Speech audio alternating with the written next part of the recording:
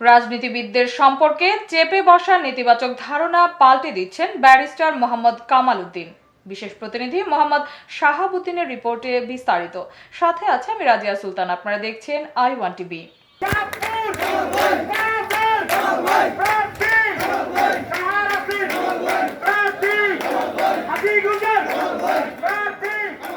চাঁদপুর ৫ হাজীগঞ্জ শাহরাস্তি আসন থেকে ধানের শীষে মনোনয়ন প্রত্যাশী ব্যারিস্টার মোহাম্মদ কামাল উদ্দিনের সামাজিক, মানবিক, ধর্মীয় ও রাজনৈতিক কর্মকাণ্ডে সাধারণ জনগণ সহ বিএনপির তৃণমূল পর্যায়ের নেতাকর্মীরা ইতিবাচক পরিবর্তন দেখছেন বলে মত প্রকাশ করেন।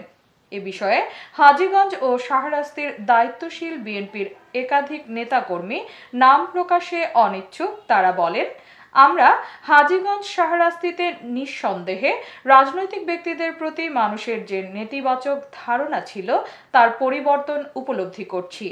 ব্যারিস্টার মোহাম্মদ কামাল উদ্দিন হলেন তার প্রতীক বা উদাহরণ। তিনি বিগত স্বৈরাচার শাসন আমলে হামলা মামলার শিকার বিএনপির নেতাকর্মীদের পাশে যেভাবে ছিলেন এবং আইনি সহযোগিতা করেছেন, তার চেয়ে ৫ আগস্ট ছাত্র জনতার গণ অভ্যুত্থানে স্বৈরাচার সরকার পতন ও দেশ ছেড়ে পালিয়ে যাওয়ার পর কয়েক গুণ বেশি স্পিড নিয়ে এখন হাজীগঞ্জ শাহরাস্তি দাবিয়ে বেড়াচ্ছেন। হাজীগঞ্জ শাহরাস্তির প্রতিটি ইউনিয়ন, ওয়ার্ড, পাড়া, মহল্লায় এখন তার সুনাম ছড়িয়ে পড়ায় রাজনীতিবিদদের সম্পর্কে চেপে বসা মানুষের নেতিবাচক ধারণা পাল্টে দিচ্ছেন।